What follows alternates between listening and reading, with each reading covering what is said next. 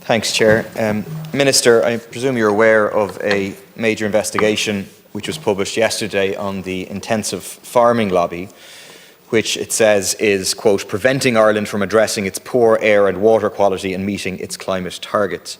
Do you agree that the nitrates derogation overwhelmingly benefits a wealthier minority of intensive farmers and major agri-food industry players? And is this why you are defending a licence to pollute? No, I certainly do not agree, Deputy Murphy, and if you had spent a bit more time analysing and assessing this and informing yourself of this issue, you wouldn't be making those assertions across the floor of the Dáil. I know it is always your approach, no matter what issue you address, to try and paint life as a competition between oligarchs and the wider population, and again, you are trying to do the same here in relation to agriculture and tying it into your approach to the nitrates derogation. A trip beyond the N50 and walking around a few farms and meeting a few farmers or into the odd mart across the country would certainly help and inform your approach and insight into this. The average size of a dairy farm in this country, Deputy Murphy, is about 90 cows. The average income, we've about 17,000 farmers. The average income for dairy farmers in 2023 was €49,000, the average income from dairy farmers. And 40% of our dairy farmers farm in derogation.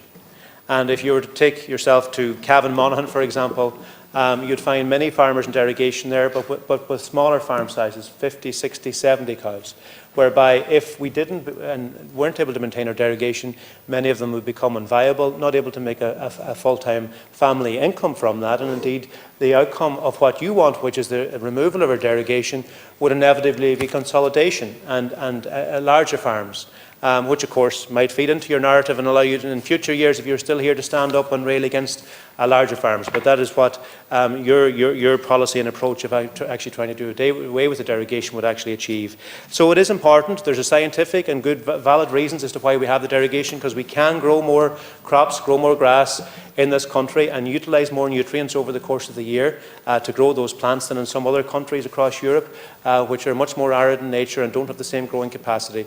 But all of that is dependent on us improving our water quality and meeting the nitrates directive as well, something we're absolutely committed to do and something all farmers in derogation are particularly committed to doing as well. Thanks. The Minister suggests that I should inform myself. He also, for maybe the 10th time, says I should travel outside the M50. For the 10th time, I'll tell you, Minister, I live outside the M50, and I think people right across this country have a right to have an input into how our farming is done, the impact on our environment. But I will ask you to inform me then. You said when the cut to the derogation rate was announced last year, you said 7,000 farmers out of 130,000 family farms avail of it. So you, by your own admission, admit that only 5% of farmers are affected, 95% are unaffected, and yet you're going hell for leather to defend the interests of the 5%. Can you tell me what the average income of those 7,000 farmers is? Inform me, please, so we can deal with that. We know that two-thirds of farms earned below €20,000 in 2023. If you add the 50,000 farms too small to feature in the Teagasc National Farm Survey, you get 78% of Irish farms earning less than €20,000. The vast majority of those do not benefit from the derogation. This is a derogation that benefits big farmers and big agribusiness, which I might get to in the supplementary. Again, you're bending yourself backwards, Deputy Murphy, to try and present this in your favoured manner of oligarchs against the rest of the world. As I said to you, that we have about 17,000 farmers, dairy farmers. The average number of cows in there is about 90 among those 17,000 dairy farmers. Of those 17,000 dairy farmers, about 40% of them farm in derogation. And the average income across those 17,000 farmers was 49,000. And the 7,000?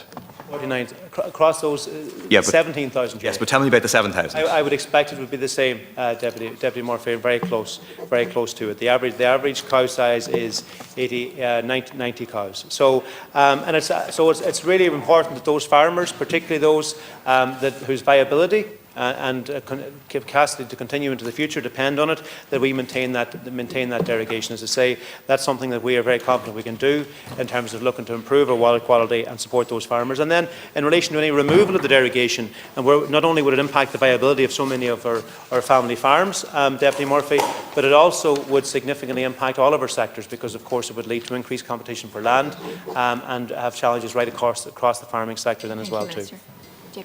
Thanks. Minister did not give me the figures for the average income of the 7,000. That's what I'm interested in getting. Minister suggests that it's some sort of conspiracy theory to say that the economy is run by very, very wealthy corporations, by oligarchs is the term of the minister. But it's not. That's the reality. I mean, you look at who is lobbying to retain the nitrates derogation.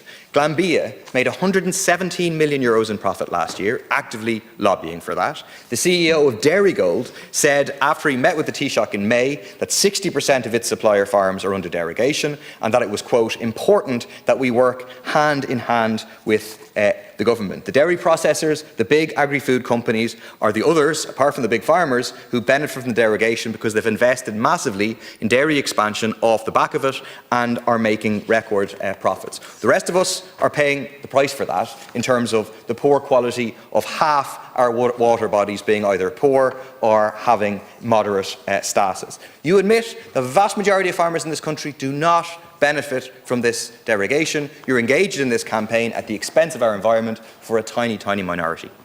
Yeah, and listen, I thought, the dairy sector in this country as well is based on the co-op structure, Deputy Murphy, that I thought, given your socialist utopia that you're looking for, would be a bit more supportive of, given that it's actually farmers cooperating for the benefit of farmers. And if you were to spend a bit more time, Deputy Murphy, going and meeting a few farmers, or indeed listening and looking and interrogating the stats here, rather than trying to shoulder and everything into your narrative of the wider world, you'd realise that actually we have ordinary family farms in this country, that the nitrates derogation is really important to them being able to make a living, a basic and decent living for them to be able to continue and provide a wider good to all of society as well in terms of producing food as well as doing so sustainably. And as a government, we're absolutely committed to maintaining the derogation, to backing those farmers, and I certainly would encourage you to get out and about a bit more and engage with them yourself. Thank you very much.